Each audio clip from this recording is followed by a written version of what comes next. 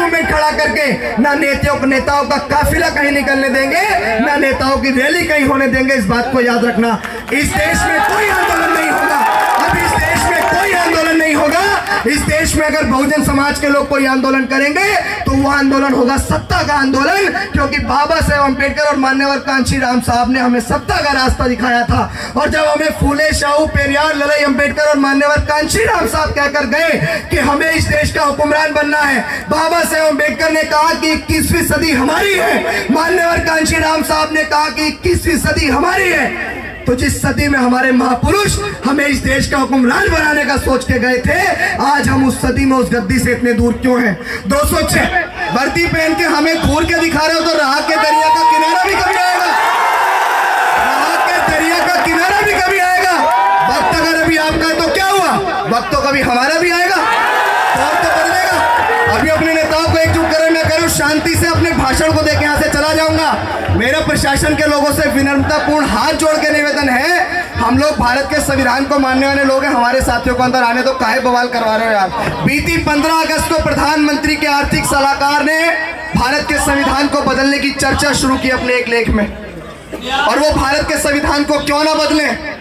जिन लोगों को कभी सदियों से गुलाम बना के रखा जाता था, जिनको मूछें रखने का अधिकार नहीं था, जिनको सम्मान से खाट पे बैठने का अधिकार नहीं था, जिन लोगों को दूसरे के कुएं से पानी पीने का अधिकार नहीं था, वो लोग जब आज IAS, IPS, जज, डॉक्टर, बैरिस्टर, कलेक्टर, दरोगा बन गए हैं तो उनकी आंखों में तो चुभेंगे ना यार। लेकिन अब बीती 23 जुलाई को बाबा साहेब अम्बेडकर की जन्मस्थली मध्य प्रदेश के महू से हमने एक संकल्प की शुरुआत की, जिसका नाम रखा बहुजन जागो मार्च, और जिसका उद्देश्य बहुजन नेताओं साथ में आओ।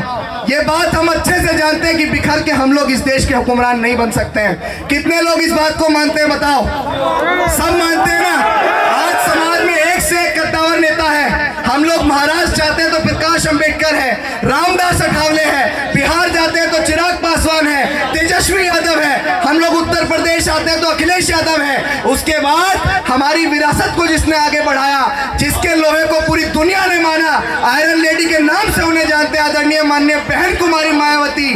उसके बाद वर्तमान समय के अंदर समाज के अंदर एक और बीज उत्पन्न हुआ, जिसको आज हम लोग एडवोकेट चंद्रशेखर आजाद के नाम से जानते हैं। और हमारे बीच और भी बहुत सारे नेता हैं जिन्होंने पहले मूवमेंट चलाया और आज भी कहीं ना कहीं मूवमेंट चला रहे हैं। उदित राज हैं जिन्होंने कभी रामलीला मैदान को भर दिया था। अगर आप मध्य प्रदेश जाएंगे तो फूल सिंह बरैया हैं, अगर आप उड़ीसा जाएंगे और तमिलनाडु जाएंगे तो MK स्टालिन है। बहुजन समाज के ऐसे बहुत सारे नेता, वामन मेश्राम, तो क्या इन सबको एकजुट नहीं होना चाहिए? लेकिन हम घर से बाहर क्यों निकले? तमाम लोग सोच तो रहे हैं कि नेताओं को एकजुट होना चाहिए, सब सोच रहे हैं कि नेताओं को एकजुट होना चाहिए, लेकिन घर से बाहर निकल के प्रयास कोई नहीं कर रहा है। तब हमने ये कहा कि सोचने से नहीं मिलते हैं तमन्नाओं के शहर, कि सोचने से नहीं मिलते हैं तमन्नाओं के शहर, चलना भी पड़ता है साथियों मंजिल को पाने के लिए, चलना भी पड़ता है मंजिल को पाने के लिए। आज इस देश में हालत क्या है आपकी बताओ? बीती 15 अगस्त को प्रधानमंत्री के आर्थिक सलाहकार ने भारत के संविधान को बदलने की चर्चा शुरू की अपने एक लेख में। और वो भारत के संविधान को क्यों ना बदलें?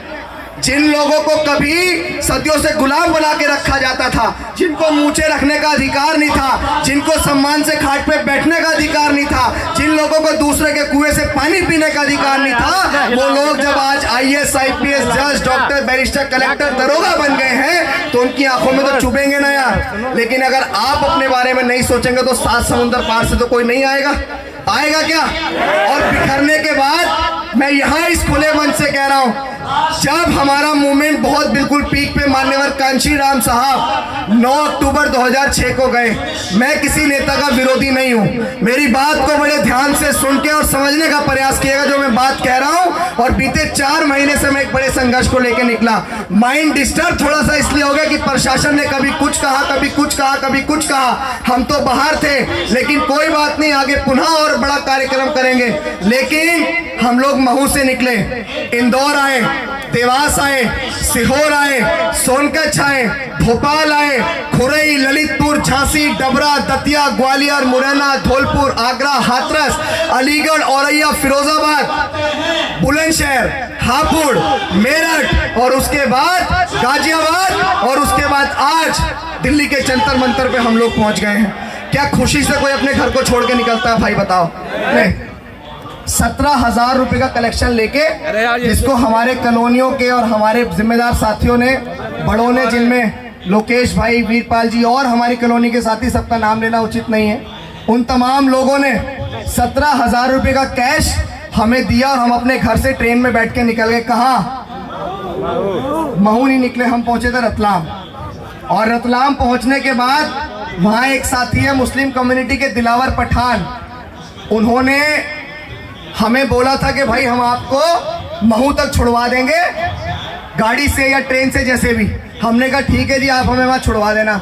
हम वहां पहुंचे, उनके यहाँ रात रुके। अगले दिन 21 तारीख को जब हमने उनसे कहा कि छुड़वा दीजिए, तो उन्होंने कहा कि 2 गाड़ियां हैं, छुड़वा देते हैं। उसके बाद उनके पास एक 44 गाड़ी खड़ी थी। जैसे सामान लोड होने लगा तो उन्होंने कहा, मेरी बात को सुन के समझने का प्रयास कीजिएगा कि संघर्ष अगर ईमानदार हो तो कोई भी चीज आपके रास्ते का रोड़ा नहीं बनती है।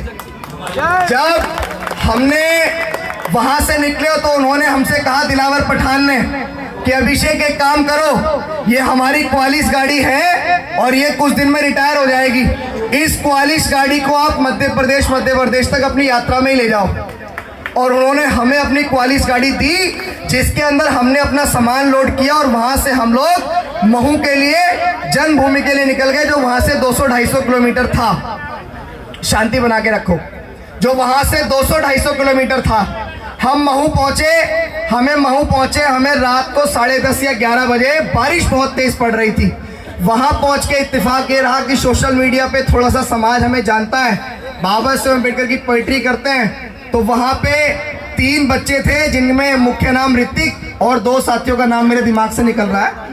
वो बच्चे वहां खड़े थे, हमने मास्क लगाया हुआ था, उन्होंने हमें पहचान लिया। उन्होंने कहा, अरे अभिषेक सर, तो उन्होंने ऊपर फोन लगाया होगा। जिनमें से एक आपके सामने बैठी हुई है दीपाली मैडम, ये महू की इंचार्ज है जन्मभूमि की। तो इन्होंने कहा कि अच्छा आए हैं, अब हमारे पास रुकने की व्यवस्था भी नहीं थी कि हम रुकेंगे कहाँ, और जन्मभूमि पहुंचे भी पहली बार थे। तो जाके देखा तो चारों तरफ छावनी एरिया, और वहां ना कोई आदमी ना कुछ, सिर्फ बाबा साहेब अम्बेडकर की प्रतिमा दिख रही थी। हमने वहां पे जब पहुंचे तो मैडम ने और राजेश वानखेड़े, जो वहां के सचिव है, उन्होंने रात को हमारे रुकने की व्यवस्था जन्मभूमि के अंदर ही करवा दी। गाड़ी की व्यवस्था भी हो गई और रुकने की व्यवस्था भी हो गई। इस बात को यहाँ खोल रहा हूँ कि मैं जन्मभूमि 21 जुलाई को पहुंच गया था, लेकिन हमें जन्मभूमि के कुछ साथियों ने बड़े ही हिफाजत से रखा और 2 दिन तक हमें ये महसूस नहीं होने दिया कि हम अपने घर से बाहर आए हैं या कहाँ आए हैं। ये बात मैं नेताओं से भी कहना चाहता हूँ कि समाज तो बहुत जागरूक है भाई। जब हम लोग वहां से 23 जुलाई को निकले तो ये भी नहीं पता था कि आगे का रूट मैप क्या और जाएंगे कहाँ। महू के तमाम कमेटी के साथियों ने हमारा रूट मैप तैयार किया इंदौर तक का, और इंदौर तक का सफर हमारी पूरी भीम जन्मस्थली की टीम ने हमारा सहयोग करके आगे तक का सफर पहुंचाया और हम लोग इंदौर तक पहुंच गए। हो गया पहले दिन का सफर। उसके बाद जब इंदौर पहुंचे तो आगे तक के सफर ऐसे ही बनते चले गए। आप देखिए, घर से निकले थे 17,000 का कैश लेके, गाड़ी की व्यवस्था नहीं थी, सामान ढोते ढोते पता नहीं क्या होता, पैदल मार्च था, निकले और आज आपके बीच जंतर मंतर लगभग 4.5 महीने के लंबे अंतराल के बाद पहुंचे हैं। सब लोगों को पता है ना यार किस लिए पहुंचे हैं। अब मैं आपसे निवेदन करता हूं कि आपके साथ मैं नेताओं से एक बात कहना चाहता हूं। हमारे समाज के नेता अक्सर हमारे बीच आकर कहते हैं कि समाज एकजुट नहीं है, समाज एकजुट नहीं है। हाथ उठा के जोरदार नारों के साथ बताओ कि समाज एकजुट है या नहीं है।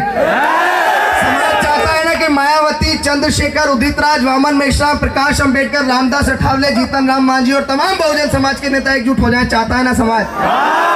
और इस मंच के माध्यम से आज अपने नेताओं को ललकारना चाहता हूं और नेताओं से कहना चाहता हूं कि अगर आने वाले लोकसभा के इलेक्शन से पहले अगर आप लोग एकजुट नहीं हुए, बड़ी ईमानदारी से हमारी जुबान की कीमत है और हमेशा से हमने जो कहा है वो करके दिखाया है। अगर कहा था कि महू जाएंगे और जन्मस्थली तक आएंगे तो चाहे सफर के बीच में कुछ भी हुआ हो, लेकिन रुके आज जंतर मंतर आके ही है। ये आप सबका प्यार था जो हमें यहाँ तक लेके आया, वरना हमारे अपने लोगों ने ही हमें रोकने का बहुत प्रयास किया। लेकिन उन सारी चीजों को पार करते हुए यहाँ आ गए और एक ही संकल्प के साथ आ गए कि यार हमारे नेता कैसे एकजुट हो जाए। अब आप सबके साथ, भाई इतने लोग यहाँ पहुंचे तो समर्थन करते हैं ना हमारी बात का। अब मैं आप सब लोगों के साथ अपने नेताओं से कहना चाहता हूँ कि आने वाले लोकसभा के इलेक्शन से पहले या तो कुछ सोच लो, वरना ना तो कहीं काफिला जाने देंगे और ना कोठियों से बाहर निकलने देंगे। ये समाज है, ये समाज आपको अगर अर्श से फर्श तक पहुंचा सकता है, ये समाज अगर आपको फर्श से अर्श तक पहुंचा सकता है तो ये समाज दोबारा आपको फर्श पे ला सकता है। इस बात को याद रखना।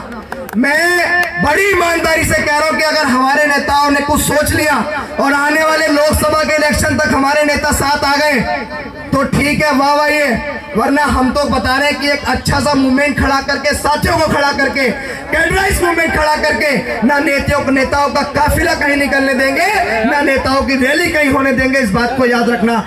इस देश में कोई आंदोलन नहीं होगा, अब इस देश में कोई आंदोलन नहीं होगा।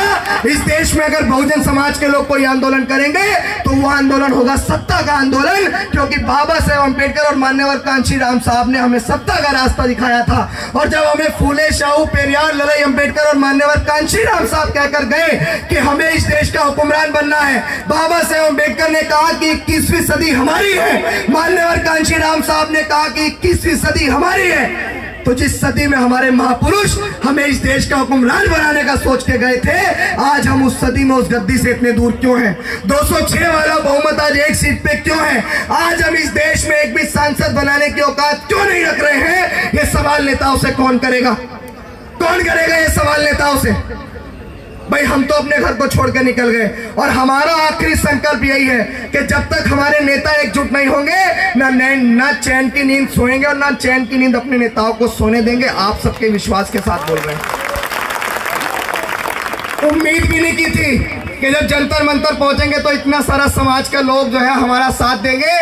एक नज्म आप सबके भरोसे से कह रहा हूं कि हार जाऊंगा मैं, सोचना छोड़ दो, ख्वाब टूटूंगा ये देखना छोड़ दो, इस मिशन के लिए जा भी कुर्बान है, रुक मैं सकता नहीं, रोकना छोड़ दो, रुक मैं सकता नहीं।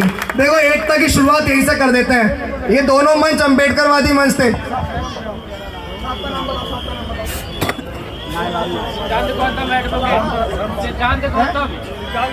मेरा निवेदन है यहाँ 2 अम्बेडकरवादी मंच लगे यहाँ और एकता की शुरुआत यहीं से करता हूँ। हमारी परम सम्मानीय राष्ट्रीय बौद्ध महासभा के जितने भी साथी हैं, मैं आपके समाज का छोटा सा बच्चा एक बड़े संकल्प को लेकर निकला था बाबा साहेब अम्बेडकर की जन्मस्थली से। धर्म प्रकाश भारती जी, हमारे बाबूजी, मेरी आवाज अगर आप तक पहुंच रही है तो आपका बच्चा बाबा साहेब अम्बेडकर की जन्मस्थली से एक पैदल मार्च को लेकर निकला था जिसका उद्देश्य बहुजन नेताओं साथ में आओ। और मैं बहुत अच्छे से जानता हूं कि हमारे समाज के तमाम बुद्धिजीवी लोग इस बात को चाहते हैं।